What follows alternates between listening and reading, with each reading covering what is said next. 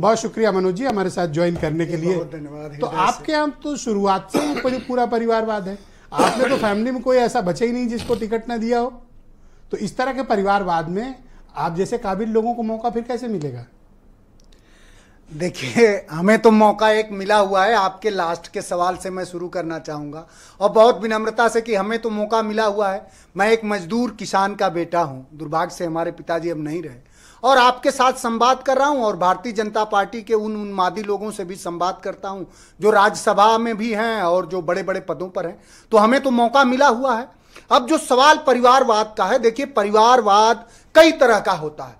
आपने एक परिवारवाद पर प्रकाश डाला और केशव मौर्य के जिस ट्वीट पे आपने प्रकाश डाला, चूंकि आपका संस्थान बहुत बड़ा है, दुनिया भर में लोग देखते हैं साहब। हम लोग गांव में रहते हैं, जब जाते हैं तो वहां लोग कहते हैं कि आपको भारत समाचार पर हमने देखा। मैं केशव मौर्य की ट्वीट को देखा तो उनको 52-53 लोग या 10-12 लोग उनको बमुश्किल से उनको रिट्वीट करते हैं, और हम लोगों के सवालों का देखेंगे तो 500-600 लोग उसको रिट्वीट करते हैं। अगर आपके पास तो टीम है, तकनीकी के दक्ष लोग हैं, आप दिखवाइए कि हमारी रीच है कि उनकी, तो ये तो साफ है कि हमारी समझ उनसे ज्यादा है और हमारे सवाल उनसे ज्यादा गहरे हैं। आपने एक बड़ा सवाल किया कि इस देश में लोकतंत्र की जड़ें गहरी कैसे होंगी, लोकतंत्र स्ट्रेंथेन कैसे होगा? कैसे होगा जब रविशंकर प्रसाद के पिता का क्या नाम था? ठाकुर प्रसाद। ठाकुर प्रसाद क्या थे? जनसंघ के थे। पीयूष गोयल के पिता का क्या नाम था? वेद प्रकाश। राजनाथ सिंह के अगर सुपुत्र दोनों अगर मेरे साथ अगर कहीं खेती करते हैं, चूंकि हम भी चंदौली के हैं, तो मुझे प्रसन्नता होती, मुझे खुशी होती। भारतीय जनता पार्टी और राजनीतिक दलों ने हो सकता है कि सिर्फ राजनीति में परिवारवाद किया। भारतीय जनता पार्टी ने इस देश में, आपके माध्यम से देश सुने, कि भारतीय जनता पार्टी ने इस देश में आध्यात्मिक परिवारवाद किया। वो कहां से शुरू हुआ? योगी आदित्यनाथ से शुरू हुआ। कैसे? योगी आदित्यनाथ के चाचा अवैधानाथ जी एक मठ के मठाधीश थे।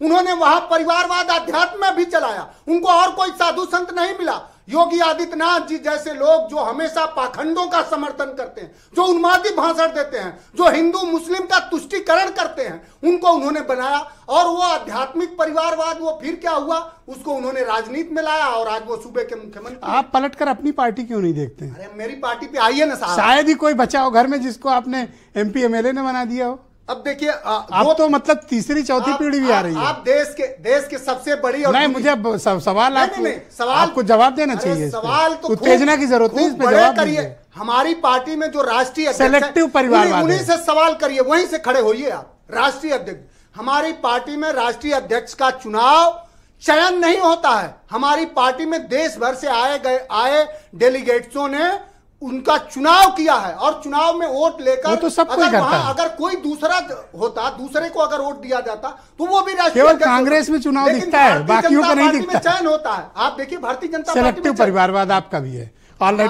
हमारा परिवारवाद संघर्ष का परिवारवाद है। हमारा परिवारवाद राष्ट्रीय अध्यक्ष, मैं तो आप जैसे काबिल लोगों के लिए मौके की बात कर रहा हूँ। 2009 में आप हैं, अनिल दुबे जी हैं, सुची विश्वास जी हैं। हमारे काबिलियत का सवाल नहीं है, सवाल आपके प्रश्नों का है। आपने बड़ा सवाल किया। विनय राय जी इन वेटिंग है, मौका मिलना चाहिए।